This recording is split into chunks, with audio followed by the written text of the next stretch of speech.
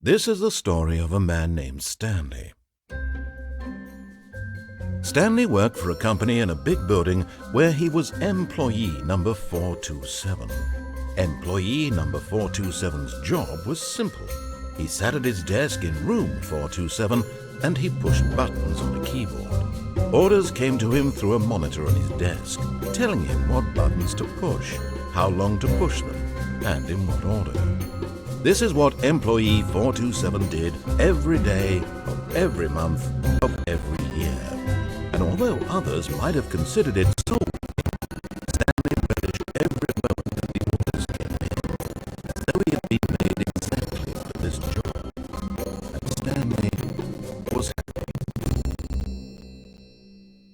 And then one day, something very peculiar happened.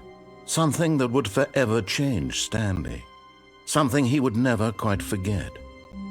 He had been at his desk for nearly an hour when he realized that not one single order had arrived on the monitor for him to follow. No one had showed up to give him instructions, call a meeting, or even say hi. Never in all his years at the company had this happened, this complete isolation. Something was very clearly wrong.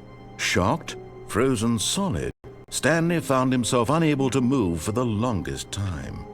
But as he came to his wits and regained his senses, he got up from his desk and stepped out of his office.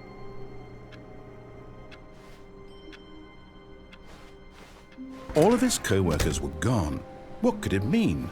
Stanley decided to go to the meeting room. Perhaps he had simply missed a memo.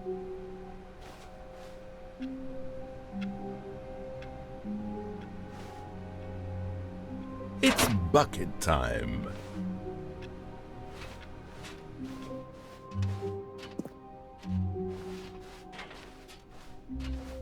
Stanley clutched the bucket tightly to his chest and entered the door on his left.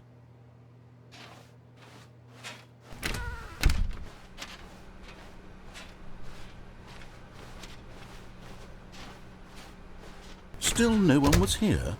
Stanley needed the bucket's warmth and comfort now more than ever.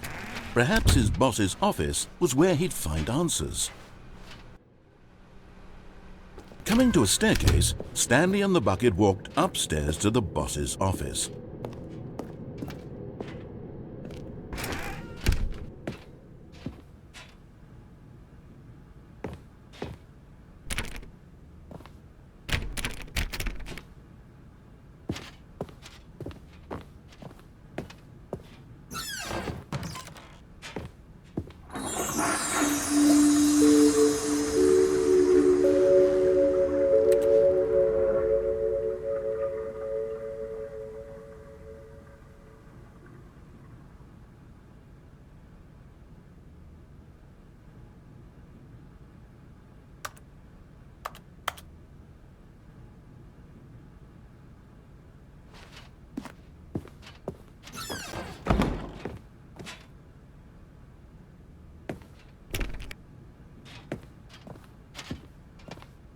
Stepping into his manager's office, Stanley was once again stunned to discover not an indication of any human life. Crushed by the weight of this revelation, Stanley may have broken down into an emotional dumpster fire if not for the soothing presence of the bucket.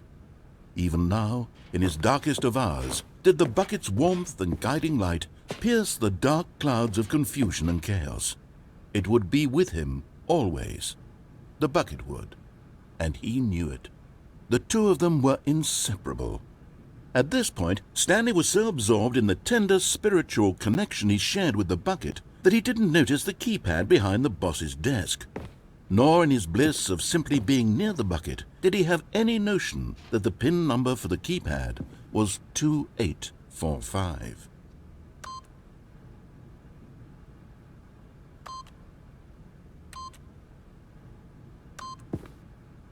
But Stanley guessed the correct code by sheer luck.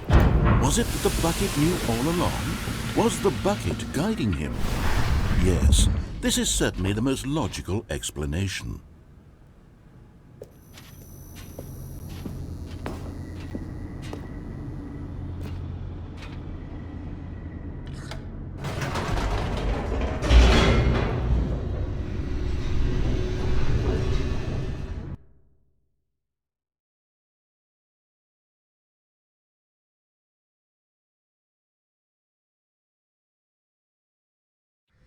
The elevator raced downward, plummeting towards an unknown fate.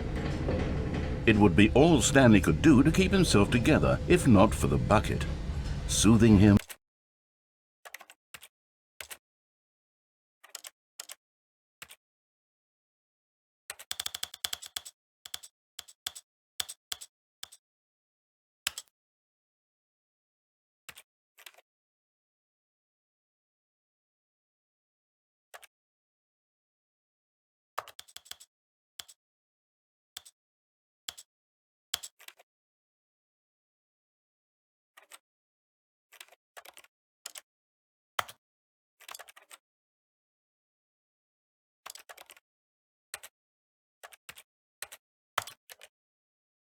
Comforting him, reassuring that in this darkest moment of uncertainty, he would be all right.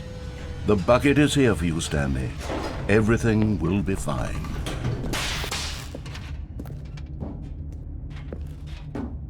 Stanley and the bucket walked straight ahead through the large door that read, Mind Control Facility.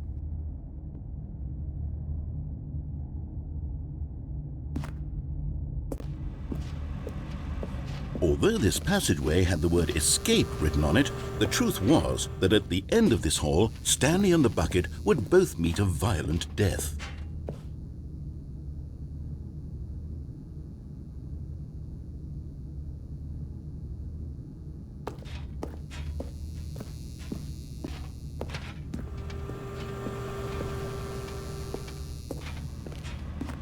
But of course, Stanley and the bucket thought better of it and realized they simply had too much to live for.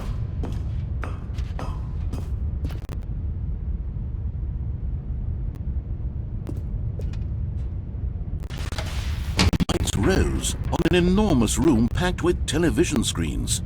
What horrible secret did this place hold? Stanley and the bucket both wondered to themselves.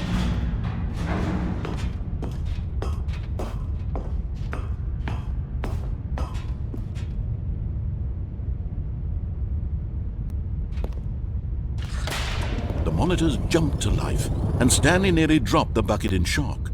Everyone in the office was being videotaped, monitored like guinea pigs.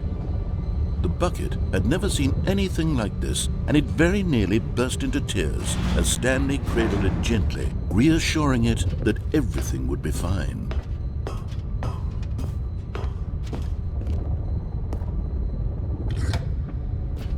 Was the bucket under the mind control facility's influence as well? Had the bucket been told to do things it didn't wish to do? What kinds of things does a bucket want to do or not want to do in the first place? These questions raced furiously in Stanley's feeble mind. No! He screamed into the bucket. He couldn't accept it. His own life in someone else's control, never! He squeezed the bucket tighter. His one friend in the entire world. At this point, he could trust no one except for the bucket.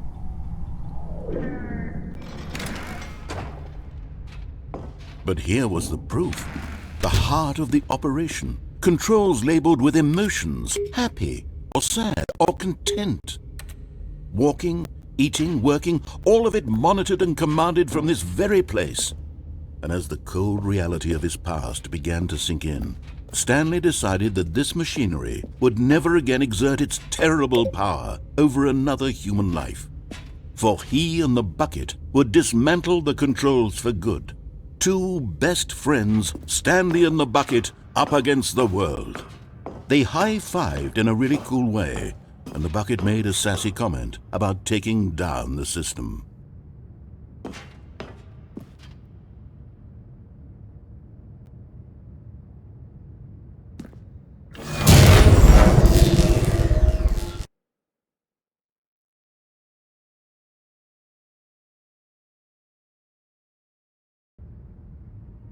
Stanley and the bucket waited in blackness.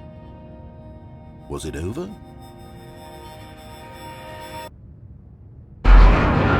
Yes, they had done it. Stanley and the bucket had defeated their greatest and darkest enemy, freed themselves from the tyrannical grip of the evil mind control machine. Freedom was now mere moments away. Excitedly, the two of them began to discuss the kind of life they wanted to live once they stepped through this massive door. The bucket wanted to learn to roller skate. Stanley wanted to sneeze in every country on Earth.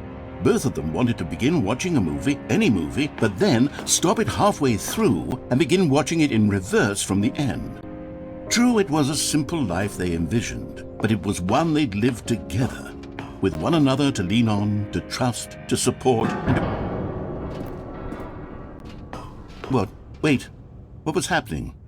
Why had the door stopped? Was Stanley and the bucket not about to be freed? An unbearable silence filled the room, lingering in uncertainty, until finally the truth hit Stanley square in the face.